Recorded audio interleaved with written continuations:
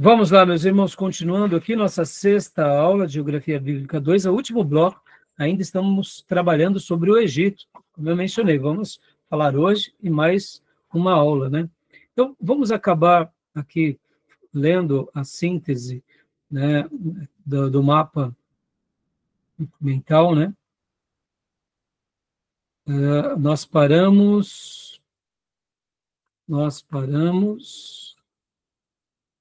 Navegação, isso aqui, navegação, né? Leia para nós, Elisângela, por gentileza, né? Essa parte, sim, por favor. barcos de papiro betumado, fundo achatado, transporte de produtos agrícolas e passageiros, barqueiros em túmulos reais. Os egípcios, irmãos, eles usavam até certos barcos, como eles tinham, né, toda aquela questão religiosa de ir para uma terra além, para depois voltar a viver, tinham até certos barcos que eles faziam literalmente uma configuração quase como se fosse como se fosse literalmente um barco fúnebre, né?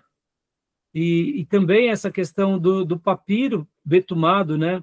Pode ver que eles vão desenvolver bastante essa tecnologia. E como eu mencionei, o Nilo era o lugar de transporte, né, deles, porque tudo eles faziam por esse caminho, né? Continua para a gente, comunicação, minha irmã, por gentileza. Comunicação. O Nilo facilitava a comunicação rápida. Barcos de despachos para faraós. Vocês têm que lembrar que a geografia do Egito ela é muito complicada. São muitos montes, né? Muitos vales. E, querendo ou não, a água ela segue, né, o seu curso. Então, isso facilita muito. E os faraós, claro que eles aproveitavam isso. Aqui, o comércio, né? Eles tinham... olha só, lembrando também que ali no Delta você já está também no Mediterrâneo, né? Então você tinha toda essa questão do Mar Vermelho de um lado, Mediterrâneo do outro, e internamente, né, e o Nilo. Leia para nós, meu irmão, por gentileza. Intercâmbio com Canaã, Síria, Fenícia, Itéia e Líbano, com Somália e Etiópia, o Mar Vermelho, e exportação de trigo, centeio, cevada, linho, papiro, e importação madeira, cobre, incenso, perfume e azeitona. Agora fica muito mais claro quando o Império Egito, o Império Romano também conquista, né? Logo depois o Império Grego já tinha ali conquistado também o Egito, mas principalmente os romanos, a importância de Alexandria. Irmãos, essa questão do comércio, ela é fundamental até na história contemporânea, porque a África, muitas vezes, e muitos países africanos, eles sofrem. É simples, irmãos, eles não têm um acesso ao mar. Um país que não tem acesso ao mar, ele depende do outro. Ele depende das suas fronteiras para negociar. Ah, pastor, tem avião. Tá bom, irmãos, avião é para um grupo da sociedade.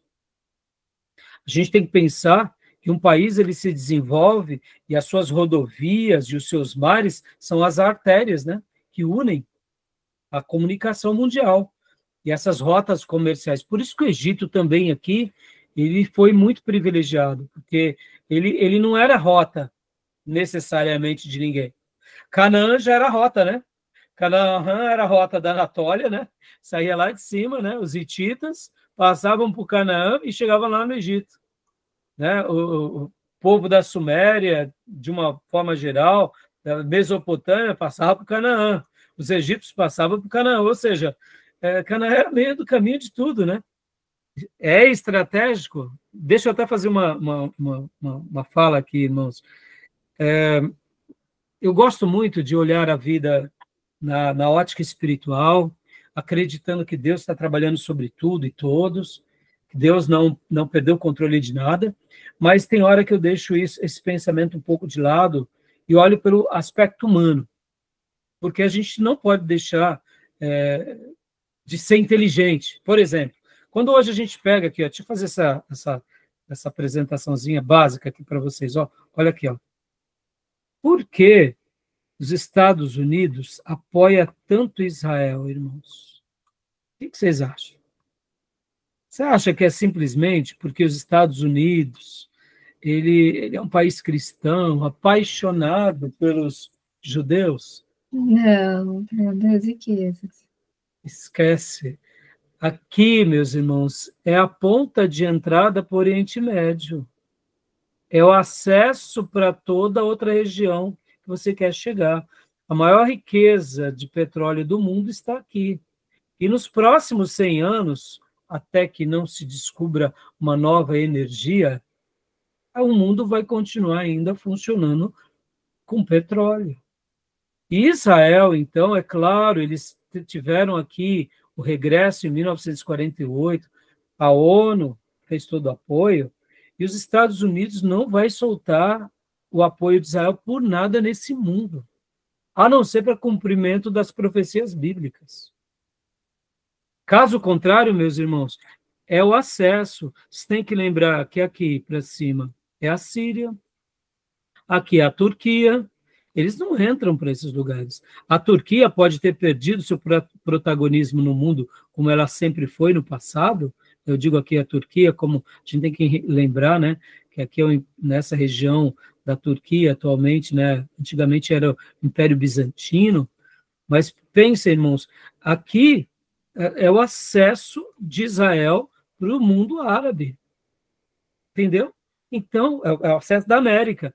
Então, por isso que os Estados Unidos sempre foi um parceiro imenso de Israel. E vai continuar sendo. Descobrir uma nova tecnologia. Tenta outro país. Aí esquece, aí muda tudo. Na geopolítica, meus irmãos, não existe bonzinhos, bondade. O que existe é interesse. A minha relação com você é de interesse. Pastor, e está errado? Não, meus irmãos, é sobrevivência. É sobrevivência do Estado, do povo, da história. Estão entendendo? Por que a China não vai soltar, né, Taiwan? Porque é questão de sobrevivência, meus irmãos. A China não pode jamais dar Taiwan para nenhum outro país. Então, percebam, a gente está aqui vivendo o nosso dia, ganhando nosso pão, malhando nosso trigo no lagar, a gente não olha de forma geopolítica, estratégica, mas o mundo é assim que sempre funcionou, meus irmãos. Porque a China apoia a Coreia do Norte, os Estados Unidos apoiam a Coreia do Sul. Estratégia, geopolítica. Porque a Coreia do Norte está dentro da China, e a Coreia do Sul é o braço para chegar na Coreia, para chegar na China. E o capitalismo, a outra é socialismo também, né? Sim, sim, mas você percebe que aí as ideologias, os sistemas de governo, sistema monetário, né, Júnior? Claro que ele vai... Aí uma caixinha de Pandora que a gente abre. Mas no mundo geopolítico é assim que funciona, né? É assim que funciona. Por exemplo, que nem agora, né? Pode ver que o Trump, de semanas atrás, ele saiu negociando com vários países árabes aqui, não foi para Israel. Porque o Irã agora ele está meio deslocado do mundo. Irmãos, não é que ele está deslocado, é porque ele é uma ameaça, inclusive, aos países árabes. Então, percebam, irmãos, em geopolítica, a gente precisa de olhar tudo isso, né? Mas voltando lá para o que interessa, para a gente poder encerrar. Né? No passado também, de certa medida, aqui, quando a gente coloca, ó, havia um negócio olha como o comércio era importante para o Egito. Por essa razão que o Egito prosperou. Tem comércio, você tem negócio, você tem riqueza. Não tem comércio, você fecha as portas. É assim que funciona. Entendeu, irmãos? E agora aqui, vamos só ler agora a proteção, né? Para a gente parar, tá bom? Então, a proteção. Leia para nós, Júnior, por gentileza. Meios principais, mar e deserto. Querendo ou não, né? Dá uma pausa, né, Júnior? Você tem o mar Mediterrâneo de um lado, o mar Vermelho do outro e o deserto atrás. Você tem ali, né, essa proteção da natureza. Por isso que a dinastia egípcia era difícil de ser vencida. E os Ixos, a gente não entrou ainda no comentário dos Ixos, tá? Mas os Ixos, eles conseguiram entrar, né, dentro da cultura egípcia, já coisa que o pessoal dos filisteus não conseguiram, mas por causa de um momento em que eles estavam com guerras tribais. Ou seja, eles estavam ali tendo um conflito político e os Hicsos conseguiram. E aí dominaram. Agora, olha só, meus irmãos, Sun Tzu, deixa eu fazer enriquecendo um pouco a nossa aula aqui. Sun Tzu, ele fala muito no seu livro A Arte da Guerra, que um dos princípios que uma nação tem para conquistar outra é deixar ela se acabar nos seus conflitos pessoais.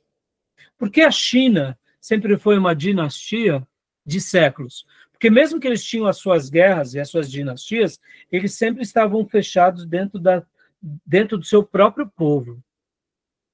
E uma coisa que Sun Tzu ensinava era isso.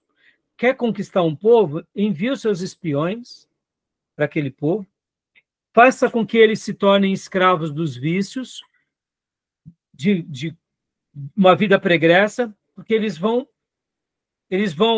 se implodir por dentro, e aí é muito fácil depois você vir dominá-los. Isso são táticas de guerras milenares, irmãos. Sun Tzu era o general chinês, escrito no livro A Arte da Guerra. Hoje, quando a gente está vivendo esse momento aqui no Brasil dividido, essas nações que são milenares, elas estão dando a risada da gente. Por quê? Porque a gente tem uma riqueza brilhante e a gente está se perdendo por causa de besteira. Entendeu? É interessante isso, não? Lembra que Jesus disse, né? Que todo reino dividido não prosperará. A África foi assim. A África até hoje é assim, né, Júlio? É a tribo, né? Nunca se consolida um poder. E aí, Júnior, quando a gente começa a ver quem são os países que apoiam os africanos, é a França, a Rússia. Ex-colônia também. São colônias, e aí eu te digo, por que eles não desenvolvem? Para que desenvolver? Se eu posso continuar dominando? É a ideia imperialista que ainda mantém em quem governa o mundo. Irmãos, é assim que o mundo funciona, tá? Por isso que a gente tem que pregar o evangelho para ter pessoas realmente de um novo viés para construir um mundo melhor. Porque senão, irmãos, a gente vai ficar vivendo, né, nesse tribalismo. Então, continua aqui para nós, Júnior, por favor. Norte, Mediterrâneo. Ocidente, deserto da Líbia. Sul, Sudão, Núbia e Cataratas. Leste. Ou seja, né, cada uma coisa mais difícil do que a outra. Leste, Mar Vermelho. Ponto vulnerável. Sinai. Ou seja, e aí é um ponto vulnerável, mas mesmo assim, basta você ter. Então, ou seja, uma nação que só tem um ponto vulnerável, fica tranquilo, Marcão, fique em paz. Deus abençoe. Então, né, é interessante, né? E as montanhas do Sinai também, né, Júnior? O Sinai é um ponto vulnerável, mas temos também o quê? As montanhas do Sinai. Já não é um ponto vulnerável, né? Né? Então, continua para nós, Júnior, por gentileza. Lei rigorosa proibia estrangeiros. Então, eles tinham, né, um cuidado muito grande, né, contra os estrangeiros. Né? É uma maneira de se preservar, né? De manter a sua identidade. Tá bom, meus irmãos? Olha, paramos aqui em proteção, né? Eu quero gastar um tempo. Eu queria ter lido bastante o livro-texto com vocês, mas eu acho que a aula foi bem produtiva, né? E espero que está dando uma boa contribuição para todos vocês. Tá bom, meus irmãos? Tranquilo? Beleza. Tá bom? Então, alguma pergunta, alguma dúvida? Tranquilo. Não? Então tá jóia. Então, Deus abençoe. Nos vemos. Não teremos aula nessa quinta, só na outra, tá? Ok. Fiquem com Deus, meus irmãos. Amém. Boa noite. Amém. Deus Boa abençoe. noite. Tchau. Amém. Graças a Deus, pessoal. Boa noite. Deus abençoe. Acorda, Diego. Diego acordou. Deus abençoe.